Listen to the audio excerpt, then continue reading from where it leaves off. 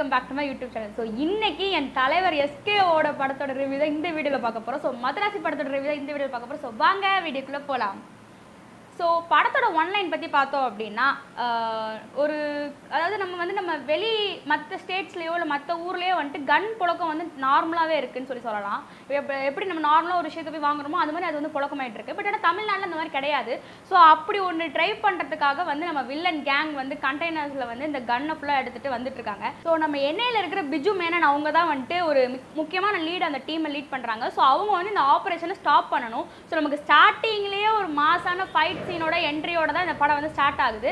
வித்யுத் வந்து காமிக்கிறாங்க, நம்ம வில்லனை வந்து காமிக்கிறாங்க. ஸோ அவரோட மாசான ஃபைட் சீன் இதெல்லாம் காமிச்சு ஆனால் அவங்களால வந்து முடியல. அதுக்குள்ளே அந்த கண்டெய்னரை வந்து அவர் எஸ்கேப் ஆகி எடுத்துகிட்டு போய் ஒரு கேஸ் ஃபேக்டரியில் வச்சிடறாரு. ஸோ இப்போ இந்த படத்தோட மெயின் கதை என்ன, மெயின் கான்செப்ட் என்னன்னு பார்த்தோன்னா இந்த ஆப்ரேஷன் நடக்க விடாமல் தடுக்கணும். அப்போ தான் நம்ம தமிழ்நாடு வந்து இப்போ எப்படி நிம்மதியாக அமைதியாக இருக்கும் இதே மாதிரி இருக்க முடியும். எல்லார் கையிலும் கன் வந்துட்டு அப்புறம் சின்ன சின்ன சண்டைகளை எடுத்து ஷூட் பண்ண ஆரம்பிச்சிருவாங்க. ஸோ இதெல்லாம் நடக்கூடாதுன்றதை நம்மளோட மெயின் எய்மாக வந்து அந்த படத்தில் வந்து வச்சிருக்காங்க.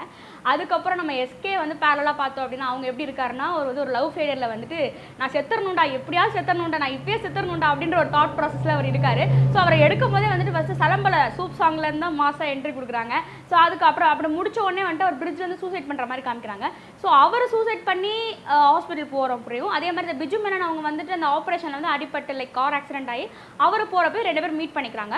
ஸோ 2 பேர் மீட் பண்ணி இவரோடது வந்து சாகணும், இவருக்கு வந்து இவரோட ஆப்ரேஷனில் ஒருத்தர் பலியாடாகணும். இப்போ யாரடா ஆக்குறது அப்படின்னும் போது இவர் ஆக்கிடலான்னு சொல்லிட்டு இந்த ஆப்ரேஷனுக்குள்ள நம்ம எஸ்கே வந்து கொண்டு வராங்க.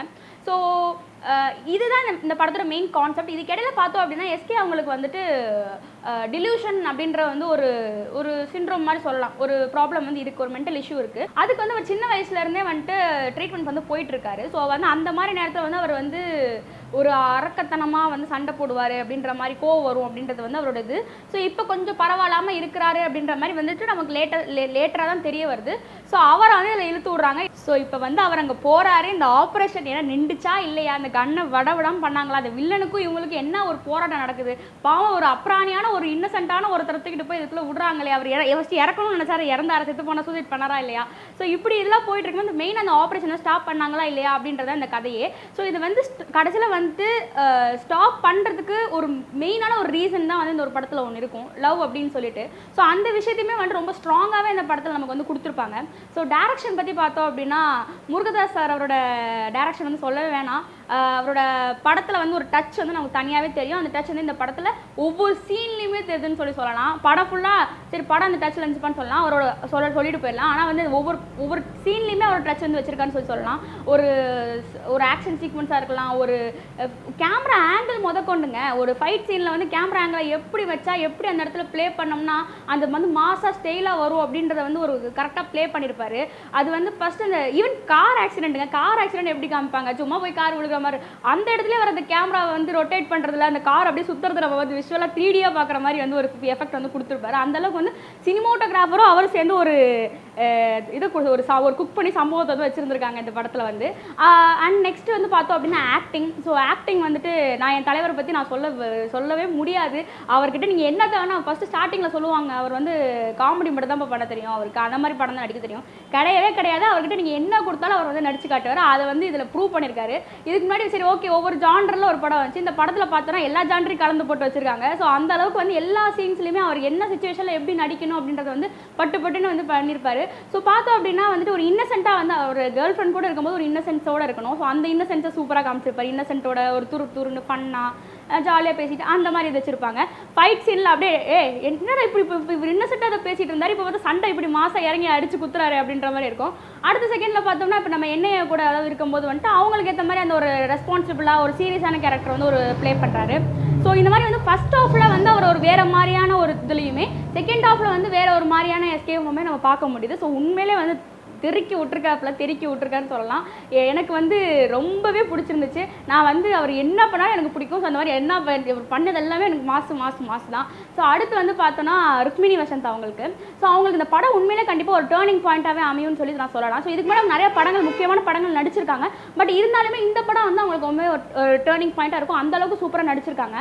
ஸோ அவங்களோட பேர் வந்து மாலதின்னு வச்சுருப்பாங்க. எனக்கு தெரிஞ்சு இது வந்து அவங்களுக்கு பிராண்ட் நேமாகவே மாறப்போகுது. இதுக்கப்புறம் வந்து அவங்களை எங்கேயாச்சும் வேற ஒரு படத்தில் பார்த்தோன்னா இது மாலதி தானே அப்படின்னு கேட்குற அளவுக்கு எஸ்கே சார் அவங்க வந்து மாலதி மாலதி மாலதி மாலதி படம் ஃபுல்லாக மாலதி மாலதின்னு அத்தனை தடவை சொல்லி நமக்கு ரெஜிஸ்டர் ஆகிடுச்சு அந்தளவுக்கு. ஸோ அதுக்கப்புறம் நான் இப்போ வந்து இது அவங்களோட பேர் எழுதும் போது கூட வந்துட்டு பார்த்தோம் அப்படின்னா மாலதி தான் ஃபஸ்ட் எழுத போனேன். ஸோ அந்த அளவுக்கு வந்துட்டு நமக்கு ரெஜிஸ்டர் ஆகிற மாதிரி ஒரு பிராண்ட் நேம் வந்து கொடுத்துருக்காங்க. ஸோ உண்மையில அவங்க ஆக்டிங் பார்த்தோம் அப்படின்னா படம் ஃபுல்லாகவே வந்திருக்காங்க. நம்ம மெயினான ஒரு ரோலில் தான் நடிச்சிருக்காங்க. நாட் ஜஸ்ட் ஒரு சப்போர்ட்டிங் ரோல், ஒரு ஹீரோக்கு சப்போர்ட்டிவாக அந்த மாதிரி இல்லாமல் ஒரு படம் ஃபுல்லாகவே நமக்கு ஒரு ரோலாக நடிச்சிருக்காங்க. ஆனால் என்னன்னா வந்துட்டு எனக்கு வந்து பர்சனலாக வந்து ஃபர்ஸ்ட் ஹாஃபில் வந்து அவங்களோட போர்ஷன்ஸ் எல்லாமே ரொம்பவே பிடிச்சிருந்துச்சு. ஒரு கேரிங்காக ஒரு அன்போடு அவங்க வந்து ஆக்ட் பண்ணியிருப்பாங்க. அண்ட் செகண்ட் ஹாஃப்லேயுமே வந்து அவங்களுக்கு ஏற்ற கொடுத்த போர்ஷன்ஸ் எல்லாமே வந்து சூப்பராகவே பண்ணியிருந்திருப்பாங்க. ஸோ அடுத்து வந்து பார்த்தோம் அப்படின்னா வித்யுத் அவங்க எனக்கு வர என்னன்னு தெரிலங்க, வர படத்துலலாம் வில்லன்களை ரொம்ப பிடிக்க ஆரம்பிச்சிருச்சு வர ஹீரோவை தவிர. அந்தளவுக்கு வந்து ஸ்டைலாக மாசா அவர் ஒரு க்யூட்டான வில்லன் சொல்லலாம். அவர் வந்து வில்லன் தான், பட் ஆனால் அவர் நடித்த எல்லா படத்தையுமே நம்ம வந்து யோசிச்சு பார்த்தோம் அப்படின்னா ஒரு மாதிரி க்யூட்டாக ஐயோ அவர் வந்து நமக்கு வந்து வெறுக்கவே மனசு வராது. அந்த மாதிரி ஒரு இந்த படத்தில் வந்து ஒரு க்யூட்டான ஒரு வில்லனை வந்து நடிச்சிருப்பாரு. அவரோட ஃபைட் சீன்ஸ் அவருக்கு வந்து எல்லாமே சூப்பராக அமைஞ்சிருந்துச்சுங்க இந்த படத்தில் சொல்லப்போனால்.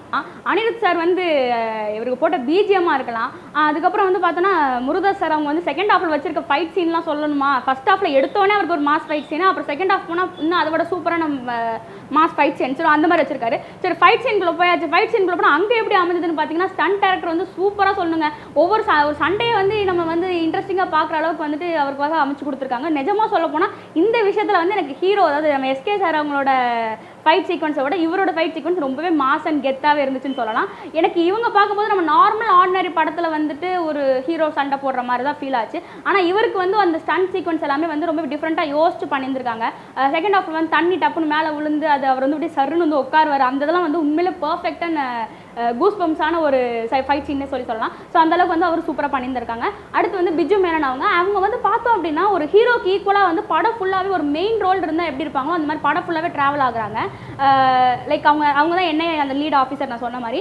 ஸோ அவங்க படம் ஃபுல்லாகவே இருந்து ஒரு ஆக்டிங் வந்து பெஸ்ட்டாக பண்ணியிருந்திருக்காங்க.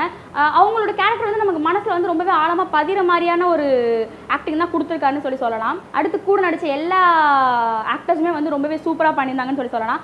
அடுத்து மெயினான ஒரு விஷயம், இதுதான் எல்லாரும் எதிர்பார்த்துட்டு இருப்பீங்க, நம்மளோட ஆடியோ லான்ச்லேயே வந்து இதுதான் ஃபேமஸான விஷயமாச்சு.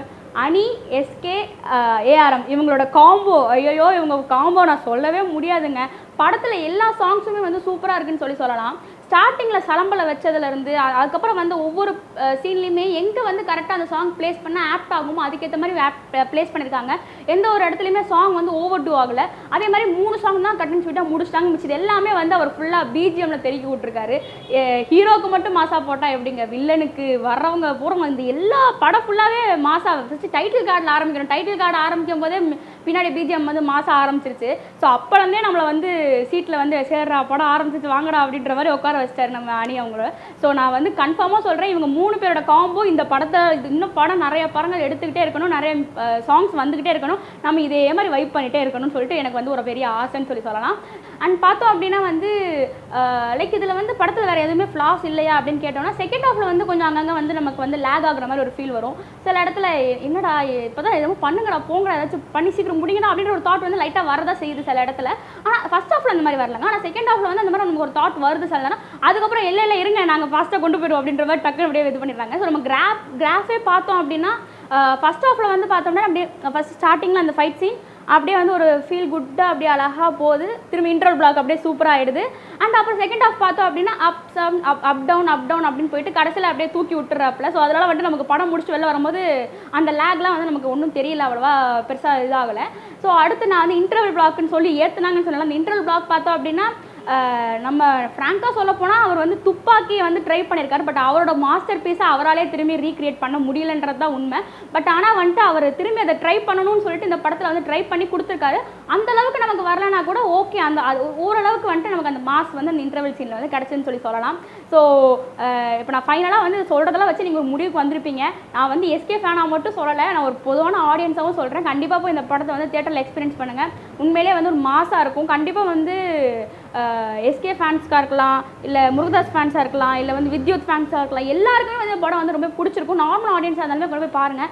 அப்போ தான் உங்களுக்கு அந்த பழைய நமக்கு அந்த பழைய படம்லாம் இருக்குல்ல, அந்த டைமில் வந்து ஒரு ஆக்ஷன் மூவிஸ்லாம் இருக்குல்ல, அந்த மூவி வந்து நமக்கு திரும்பி வந்து பார்த்தோம் ரொம்ப நாள் கழிச்சு. இப்போ ஒரு டச்லாம் வேறு ஒரு மாதிரி, அது ஒரு மாஃபியா, ஒரு டார்க் காமெடி அந்த மாதிரியான ஒரு ஆக்ஷன் படம் வந்துட்டு இருக்கும்போது, இது வந்து நம்ம பழைய ஆக்ஷன் ஃபிலிம்ஸ்லாம் பார்த்தா எப்படி இருக்குமோ அந்த ஒரு இது வந்து நமக்கு வருது. ஸோ அந்த மாதிரி படம் பிடிச்சவங்களாம் கண்டிப்பாக போய் இந்த படம் தேட்டரில் பார்க்கணும். ஸோ இதோட இன்னொரு நல்ல ரிவ்யூ வீடியோவில் உங்களை வந்து பார்க்குறேன். So bye. இந்த வீடியோ உங்களுக்கு பிடிச்சிருந்தா லைக் பண்ணுங்கள், கமெண்ட் பண்ணுங்கள், ஷேர் பண்ணுங்கள். அண்ட் இன்னும் நிறைய வீடியோஸ் பார்க்க ஏஞ்சல் சீக்ரெட் சேனலை சப்ஸ்கிரைப் பண்ணுங்கள். பக்கத்தில் இருக்க பெல் பட்டனை கிளிக் பண்ணிக்கோங்க. அப்போ தான் நான் போடுற அப்டேட்ஸ் உங்களுக்கு உடனே கிடைக்கும். Bye guys. Innovative world through angel secret YouTube channel. Thank you.